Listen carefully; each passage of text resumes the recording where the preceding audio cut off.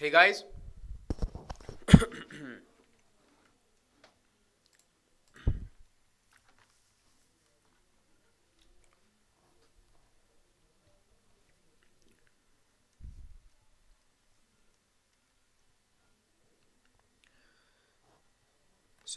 evening, ladies and gentlemen.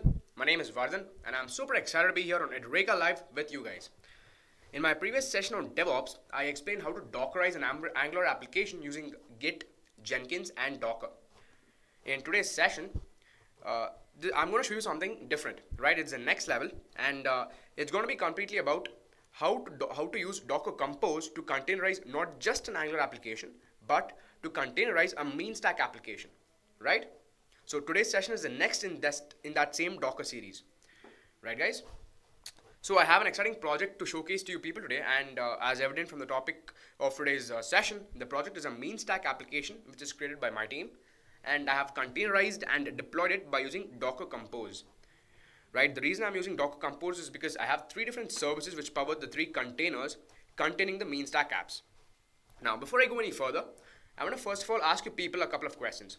Firstly, are you all aware of what Docker is? And secondly, are you people aware of what a mean stack app is? Okay, so please put in your comments in the comment box or in the chat box. And okay, so I have a mixed response here.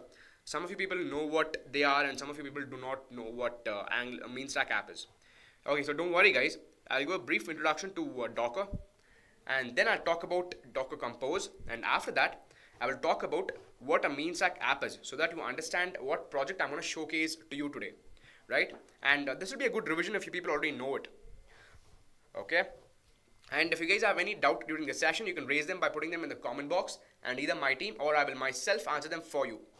So sit back, relax, and enjoy Edreka Live for the next 30 minutes to learn how Docker Compose can be used to containerize multi-container applications.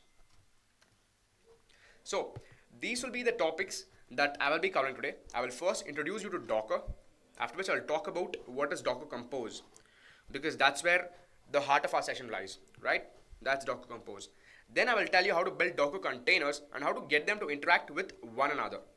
Okay? The interaction between the different containers is where I'm going to bring Docker Compose into the picture. Okay? And since I'm containerizing a mean stack application, I have to also give you an introduction to mean stack. And when I give you an introduction to mean stack and tell you what that is, I will finally give you a demonstration of the very same. Okay? So enough talk. Let's get started with our first topic for today. And that is, what is Docker?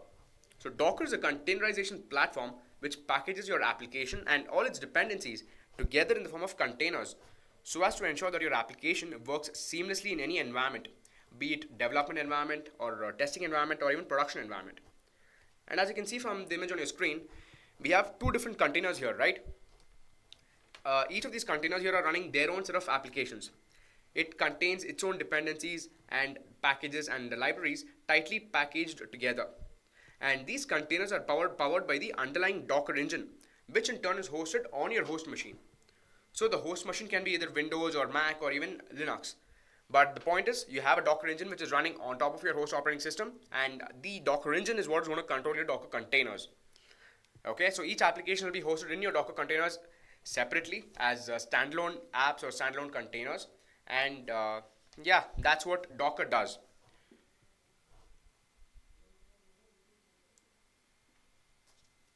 Now, in case you are using virtual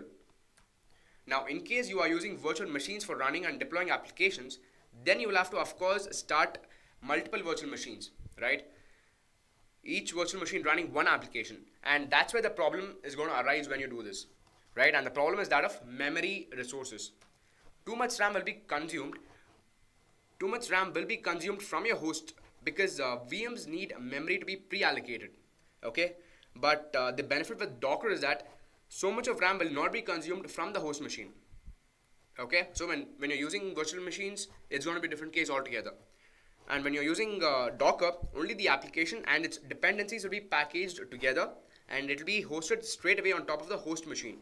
Okay, and whenever the container is active and running, only then the memory is allocated to it. So there's no wastage of memory resources as compared to the VMs. So that's the one big benefit with Docker over virtual machines. Okay, and other benefits with Docker are that since containers are lightweight, they can be easily spun into action, and they can also be shared with other collaborators by easily uploading them to the Docker hub, right? So these are the three big reasons why Docker's usage has grown expansively and explosively, and that's why they are a way better option when compared to VMs, right? So now that you people are clear on this topic, let me go to the next topic, and now let's see how do we create Docker containers. Okay, so now that we know Docker containers are the ultimate deal, but now let's see how do we create them. Okay, so first of all, Docker files are used to build a Docker image. Okay, so as you can see on this image over here, we have a Docker file. Okay, and a Docker file can be used to create a Docker image, which in turn will create a Docker container. Now this is one way, or the other way is if you're going for a simple application, right? When I giving you an example of a simple application is that of just downloading an Ubuntu image. Okay, if you just want to host a single application, then what you can do is you can download one image from the Docker hub, and you can spin that into a container. Okay, so you can straight away do this part inside a virtual machine, or you can probably even do it inside your host machine, right? You can do all these things. But in case you want to create your own Docker image, so the time when you will want to create your own Docker image is when you don't have a template ready on Docker hub. So as per your requirements, you don't have anything. So at that point of time, you use a Docker file to create a Docker image as per your requirements. Okay, and when you create a Docker image as per your requirements, you use an existing Docker image. Okay, and you modify that Docker image as per your requirements, and then that you will have to spin it into a container. And when you do that, your container is up and running, and your application will be hosted. Now that's how simple it is to create a container. Okay, but we have something called as Docker Hub here, right? I've mentioned a couple of times about Docker Hub. Now the Docker Hub is like the marketplace for all these Docker applications, for this Docker images. Okay, now that you have created your own Docker image, what next?